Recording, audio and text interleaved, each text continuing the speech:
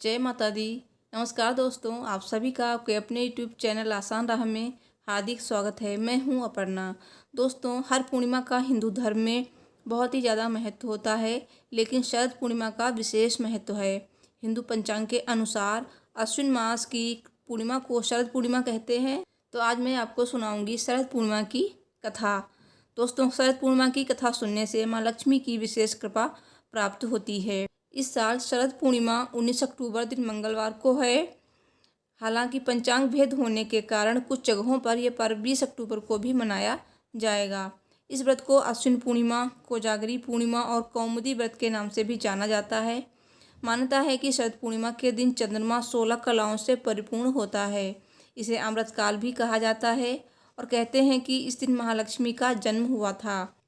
माँ लक्ष्मी समुद्र मंथन के दौरान प्रकट हुई थीं। पुराणों के अनुसार शरद पूर्णिमा के दिन माँ लक्ष्मी भगवान विष्णु के साथ गरुड़ पर बैठकर पृथ्वी लोक में भ्रमण के लिए आती हैं। इतना ही नहीं, इस दिन माँ लक्ष्मी घर घर जाकर भक्तों पर कृपा बरसाती हैं और वरदान देती हैं। कहते हैं कि जिस घर में अंधेरा या जो सोता रहता है वहाँ माँ लक्ष्मी नहीं जाती हैं, दरवाजे से ही लौट जाती हैं। माँ लक्ष्मी की कृपा से लोगों को कर्ज से मुक्ति मिलती है। यही कारण है कि इसे कर्ज मुक्ति पूर्णिमा भी कहते हैं। शास्त्रों के अनुसार इस दिन पूरी प्रकृति माँ लक्ष्मी का स्वागत करती है।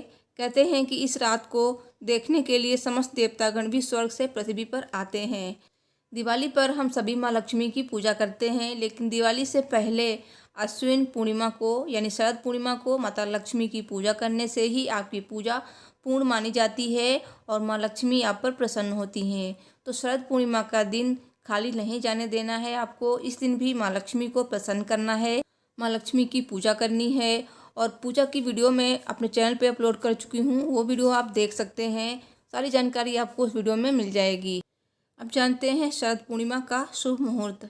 पूर्णिमा तिथि का प्रारंभ 19 अक्टूबर को शाम 7 बजे से होगा, जो कि रात 8:20 पर समाप्त होगी।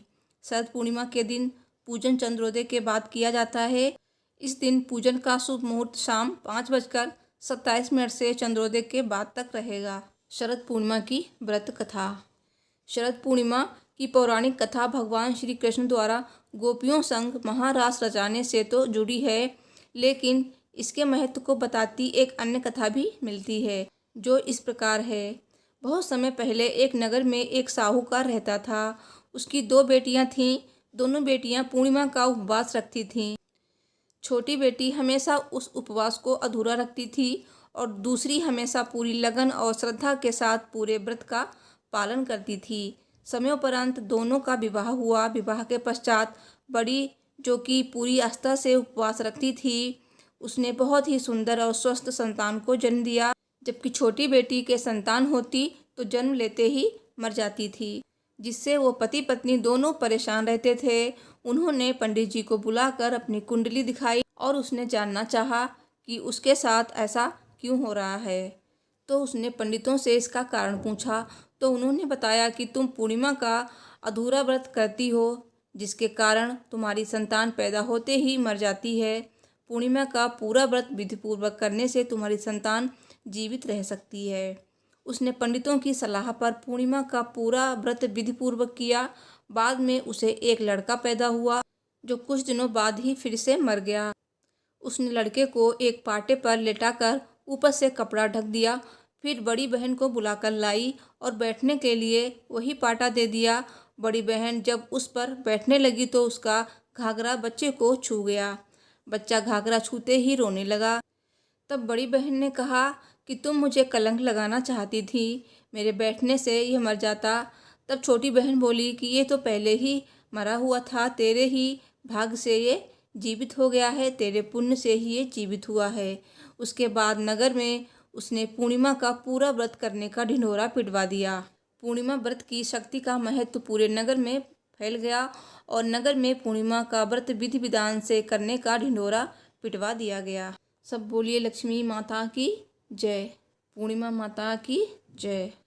दोस्तों, शरद पूर्णिमा के दिन महालक्ष्मी की विधिवत पूजा की जाती है।